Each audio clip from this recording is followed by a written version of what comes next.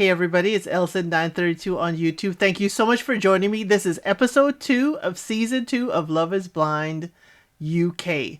Please make sure you are hitting that like, hitting that subscribe, join the membership because we're going to be having fun behind there in the membership. But let's get into it because episode 2 was everything that we needed it to give, okay? And we start off how we ended last time with Billy and Ashley. Billy says, hey, I loved our first date, but I gotta be honest. And, like Ashley, my leg was shaking. He said he dated cabin crew in the past and it did not work out. She asked why. He said, hey, there's sporadic shifts. It kind of fizzled out and he tried really hard. The song they played is Why Do I Feel the Way I Feel crumbled in the heat of it all. So Ashley said, hey, we have so much in common. She does have butterflies. Y'all know how I feel about them butterflies. So we found each other in this and it feels like we have a future that could work. And it felt like, y'all, she was grasping and holding on to him real tight.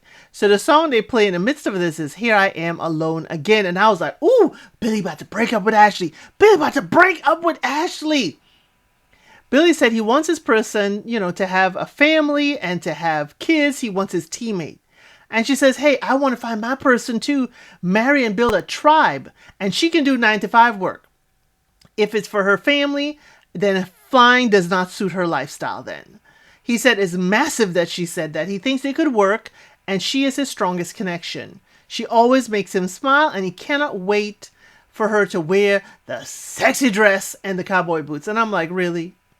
But he says, hey, she has him giddy. They are aligned. She thinks so. And she said, hey, her job is not for everyone, but she gets it, and she is falling for Billy. Now, in the men's lounge, okay, we see Cal talking about Sarova, and he said, hey, he's met Indian girls who were not even allowed to talk or date with Pakistani guys, and he said it's the same vice versa. So he's surprised that he's connected with someone so fast as well. So, hey, the hope is that, the heritage will not mess things up because it feels really good with her. Now, Sarova and Cal finally have their date and he said, hey, are there going to be issues with you marrying a mixed race Pakistani dude? And she said she always had it in her mind to make everybody proud, but that led to her putting her needs and wants aside. She needed to reset and do what is best for her. And it took so many years to undo that upbringing. She said her parents did apologize for putting all that weight and baggage on her, but she needs her own experience. And over the years, even her grandparents have been open. They have many mixed race marriages in their family now, and she's putting herself first, and that is why this is exciting. Y'all, I was so happy to hear this. And Sarova, thank you for at least alleviating my fears. I know you don't know me, but you're alleviating my fears as to how the family would look at you being in a very mixed, marriage. But again, even though it's mixed race, is there a Pakistani person in your family now through marriage? That is another hurdle that we haven't heard about. So he says this is special. It baffles him that even through a glass, he's attracted to her. She said it's, mutual. And, she said she doesn't give her heart to just anyone. He's like, they're full of energy. And she says he makes her feel happy, seen, and heard. Wonderful, Sarova. So happy for you. The song they play for them is Open Up My Heart and Just Let You In, because I can take a chance on you. Now, we meet Javin, okay? He is 28. He is a health coach. He says he has been technically single his whole life. No serious long-term relationship.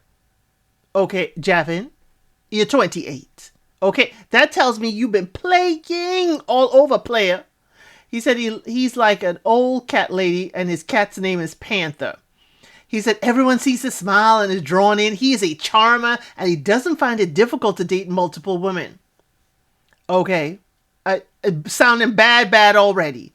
He is competitive naturally and does not need to compete for women. Okay. You're very, very, you have the confidence that you need, but the whole juggling, dating women and you ain't never been in a serious relationship. I'm watching. He said he's here to find a wife because, men who are married live longer, and he wants to live a happy, long life. And I said, Javin, you haven't said anything about the woman who you're looking for. You just want to be married to anybody so you can live longer, so you can play longer. It's not saying I want a wife, I want someone who is this, who is that. You just want it selfishly so you could live longer. I don't like it, Javin. I don't like it. So he, as I said, Javin is 28, a health coach, and his date is with Katisha, 31, nanny and makeup artist. She is from Scotland. He is from London. He said he never been. She's like, everybody I spoke to had never been. I thought she was so cute and funny. She said she is a nanny and she does work bridal events. He tells us he used to play what Americans call soccer, but it's football. Football for Crystal Palace. And then he had a knee injury and he couldn't play football again. But he liked to train, so being a physical trainer came naturally. So I was like, remember in our Meet the Cast, I was like, what is it about, him, being a football star or playing, football at a high level? Has he brought himself down to us mere mortals? And it seems he's still kind of there. I'm not sure. So she says, online dating. She's been single for 6 years when he asks, why are you here? And she says she's in a good place now and she just wants, something that is stable. He said, why has nothing materialized? She's like, she's gentle with her heart because it's been messed up by folks before that she trusted. She had a traumatic breakup. He was unfaithful a lot and she believed him every time. And I was like, baby girl, what red flags were you missing? Why did you believe every time? What was going on? I have questions. So he's from a big family. She says she's the eldest of 7. He's the youngest of 5. And I was like, oh, another dynamic. Eldest child, youngest child. So when asked about babies, she said 2 to 3. And he said same. Javin says she has a kind spirit and she is vulnerable. She says he is her vibe. And, she had a few bad people in her life, but she goes for emotionally unavailable men.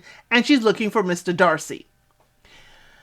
Katisha, Mr. Darcy is a fictional character. I really don't like when people say, fictional characters is what they're looking for. Because then that is unrealistic expectations. Really, I'm sorry. So next we see Katisha has a date with someone else. This time she has a date with Demola. I hope I'm saying that right. Or is it Demola? So he is 30, an accountant or financial analyst. Remember, she is 31 and a nanny and a makeup artist. So she says he talks really quiet. He's like, do I need to speak up? He starts to yell. She's like, no. She finds it very soothing. He has a gentle way of speaking. He says he doesn't date much. He doesn't want to settle, but he wants a soulmate, to love on them. Now, his way of saying I don't really date much versus how Javin said, I ain't never been in a long-term relationship. It sounds different, okay? Now, I'm not thinking Demola is out here, all over town, but he did say he liked to flirt, okay? He's the one to say he liked to flirt. So we're going to be watching these two gentlemen. They're saying practically the same thing, but in a different tone, so we see it differently. She said she didn't date with purpose before, and she wants a genuine soulmate. And he said, hey, he wants to visit Scotland, never been. And he does disclose that his heritage is Nigerian. He does speak Yoruba, and he spoke it with his grandma who passed away, and she was his best friend. Now, Katisha thinks he's adorable. Is that good? Adorable for me is like teddy bear. That is not telling me that's the man of my dreams. But, I ain't dating him. So he said, what does her wedding look like? I was like, ooh, second day? We asking about the wedding? Well, she came back with a great comeback. And she said, I haven't had it yet. Can't tell you. And they had a good old laugh about it. She said he is kind, nice, and he sounds very loving. And he finds that she, has good energy and he's drawn to her. In the men's lounge, Demola reveals that Katisha is his strongest connection and Javin is right there. I said, dude, why are we saying names? Why are names coming up? Could we please? Shh. Oh, my word. Oh, I don't like it. But Javin doesn't say, he's like, oh, she's interesting. That's interesting. He doesn't reveal that she's his top connection. So Javin says the early bird catches the worm, but you got to romance her. That's the game. You know, I'm like, it's not a game, but I understand you said you're competitive. So somebody asks, are you going to put all the eggs in one basket? And Javin says, it's part of the game. You have to have a strategy. I said, Javin, we don't need that. And the song we say is, this time we're going to get it right. Are we? I'm not feeling like it's too right. Billy and Ashley. He said he feels like a kid again with her. And in their rooms are pink cowboy hats. He has a mustache as well with his and a bandana. She has a pink hat and a bandana. It's all, you know, set up. She said she wanted to learn a two-step with him. It was a cutesy date. Very, very cutesy. She listened, learned what he wanted. That was his biggest thing. He wanted someone to go line dancing with. And she brought that to the pods. Good call, Ashley. So she does give him a gift. She collects thimbles and she gave him the love heart one. And she wants him to know that she is his girl. Okay? He took her heart and is all of her is with him now. And she's excited for the future. Now, Billy does tear up a bit. He said he loves it. He wants to see more of her. And he says, hey, first time I see you, I will tell you I love you. And she gasps and she is shaking. If y'all see her hands, Ashley is shaking.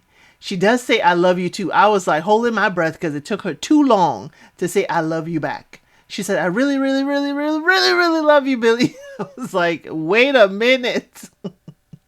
He said, though, he has not said, I love you since his divorce. And he's grateful that it's her. And I'm thinking he does not use that word loosely. He does not say, I love you loosely. So there's a lot of weight on there. And I'm wondering, are there a lot of expectation, unrealistic expectations? Billy says it feels right. She feels lucky in love. Finally, the song they play for them is There Is a Fire Starting Up Inside. Okay. In the men's lounge, Kieran is talking to Demila. Kieran, you know, he said he's trying to do the right thing. It's not going to be a fairy tale for everybody. Kieran, you sound like a heartbreaker. You sound like this is what you do. We see Kieran and Megan, you know, he asked, what is your biggest insecurity? And she said, hey, in her relationship, it has been her job because folks don't think she has a real job. Remember, she works on that cruise ship and she is a performer.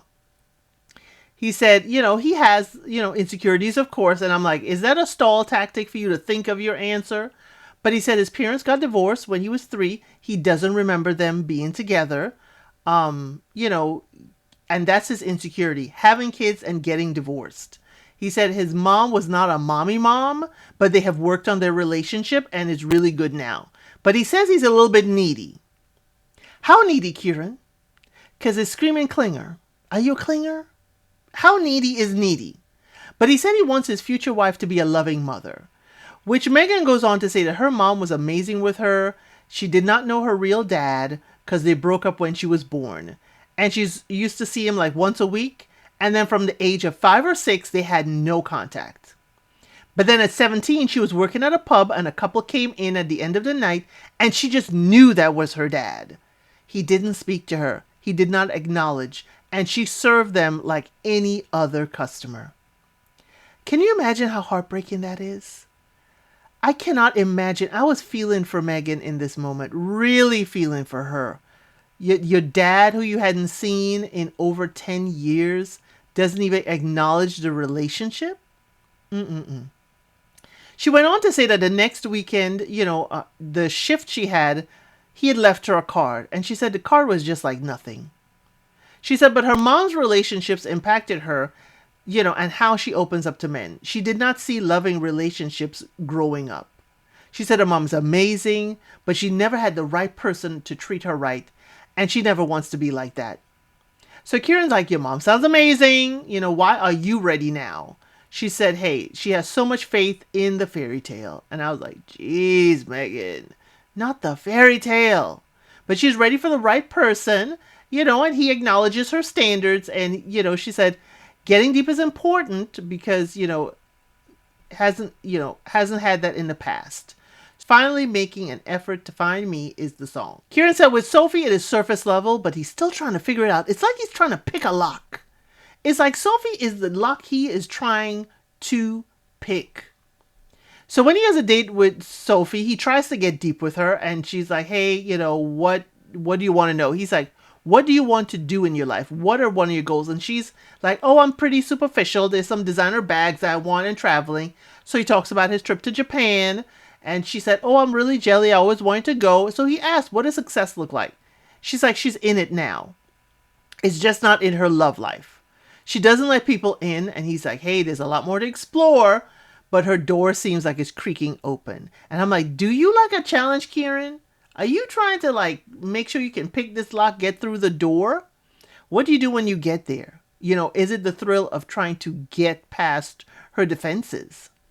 She asks, though, is she self-sabotaging? But she knows she has to open up if she expects to find her husband. So next up is Billy and Ashley, and he's feeling the butterflies. She's feeling overwhelmed in love, and he proposed. He thought his time had come and long past, and thought he would never find these feelings again. And I'm like, are we talking about your feelings, or are you talking about finding that person? It sounds very about me. I thought my time had passed, and I thought I won't be having these feelings again. And I was like, I'm hoping it's editing. When he asks, will you marry me? She says, yes, I will. And the song is Wait for You All My Life. So we have our first couple, Billy and Ashley. Yes. Next up, we see Patrick and Anu. She's like, he's the most intelligent person here. He's the most spiritual, but she's more spiritual than he is. And he finds that he always has growth when he sees her.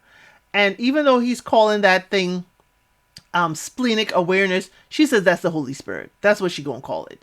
So he is open to it, and he is, liking talking to her. That's what I like about them. Even though it's a little different, and I think it's going to be a huge difference, they still are open to each other. So she asks, hey, are you going to wait to be intimate? Are you going to wait till after marriage to be intimate? He said, personally, no, but he'll wait if she wanted to.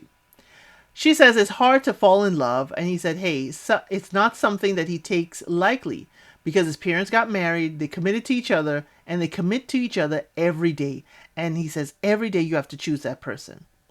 The song they play is Want to Sing a Song in Harmony, but It's Always Been Me. Y'all, that was cutesy for Anu, since she's a singer and she wants a duet instead of singing alone. That was cutesy. So, Patrick says he loves her growth mindset, and a person has to bring something to him that he doesn't know. Are you looking for a teacher? What happens if she's not bringing anything new for quite a while? She does say she wants a life partner, someone to explore with and to have children with. Now, in the men's lounge, he does say her name again. Why? Why are we mentioning names? He said, golly, let me go steal your girl, okay? So, Sarova and Cal, he is wearing a broken heart shirt. He is wearing a broken hearts all over his shirt. Cal, I'm sorry, I don't like it. Okay? And he's going to propose with a broken heart shirt on. He feels like they were meant to be. The universe is at play. The cultural differences, are there. But hey, as long as he's doing right by her, that should be the main things her family should focus on. Okay? He proposes. He says, would you join me on this insane roller coaster in life and marry me? She says, I will. 100%, no doubt. I was like, okay, girl. So we have our second couple, Sarova and Cal. The song is Tell Me You Feel This Way. In the men's lounge, though, Cal walks in and says, y'all, I got some bad news. And they're like, ooh, dang. He's like, bad news for the single ladies because I'm off the market. I was like, Cal, great sense of humor. Y'all, we do meet some new people. We meet Jed. He tells us he's half Lebanese. He has some spice. He got a good job and great family. Only the wife is missing, and he wants to get serious. He said he wants to bring his wife to Sunday roast, but he's the only single one.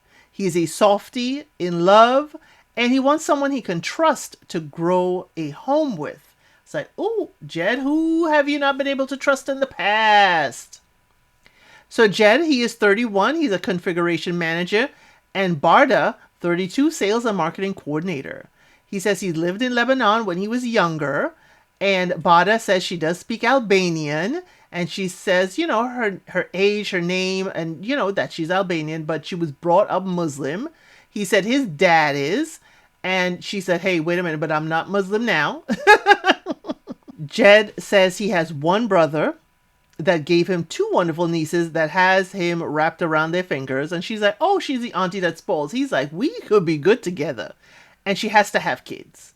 She said, 3, hopefully, but she loves his voice. And he is over the moon because he wants kids too. She's like, she's done. This is off the market. He was like, yes, could you say that again? They were really cutesy, y'all. Okay.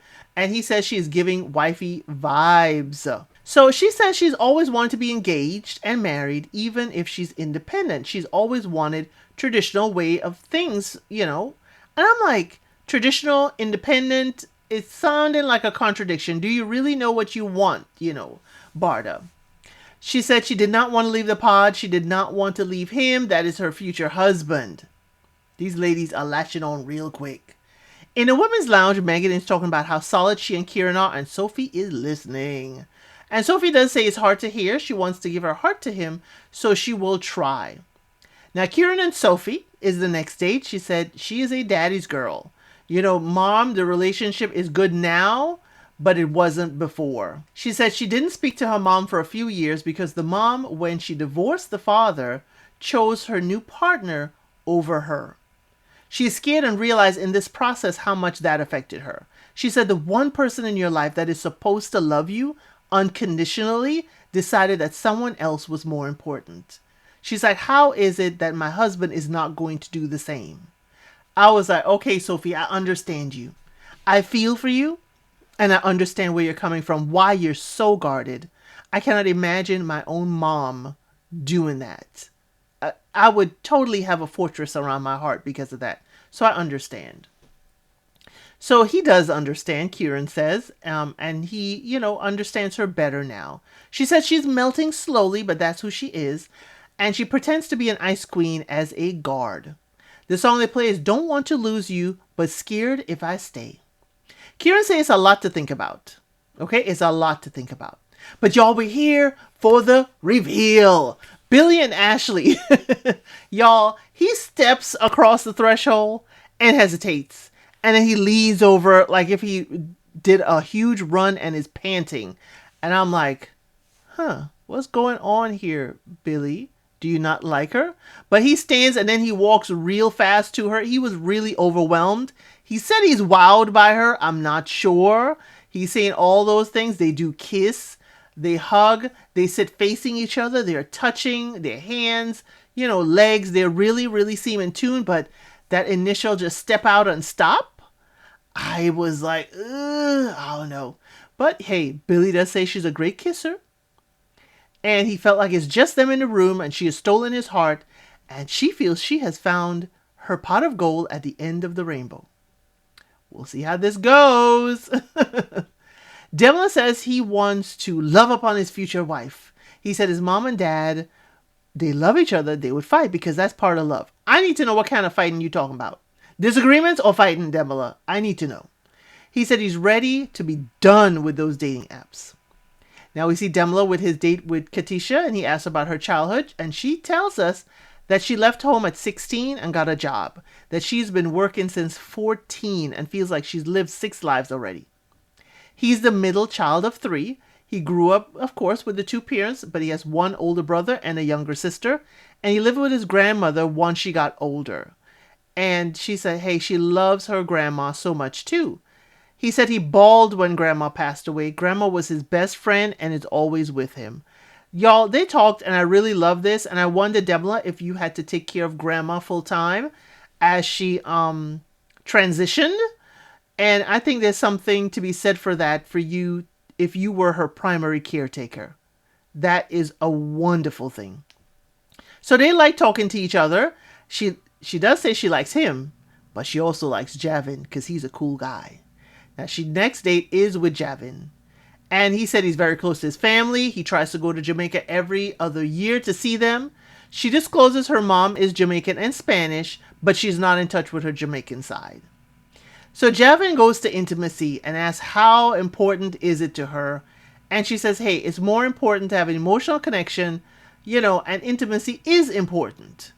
So he said, hey, but what is emotional intimacy mean to her? She said, hey, sharing with your partner, working on the relationship. And he said they are intertwined for him. Physical and emotional intimacy are intertwined. And he values them equally. He said, are there any requirements in the intimacy side? Every day, twice a week? She said, I don't know. I'm looking forward to navigating that with a partner. But she does not do fake headaches.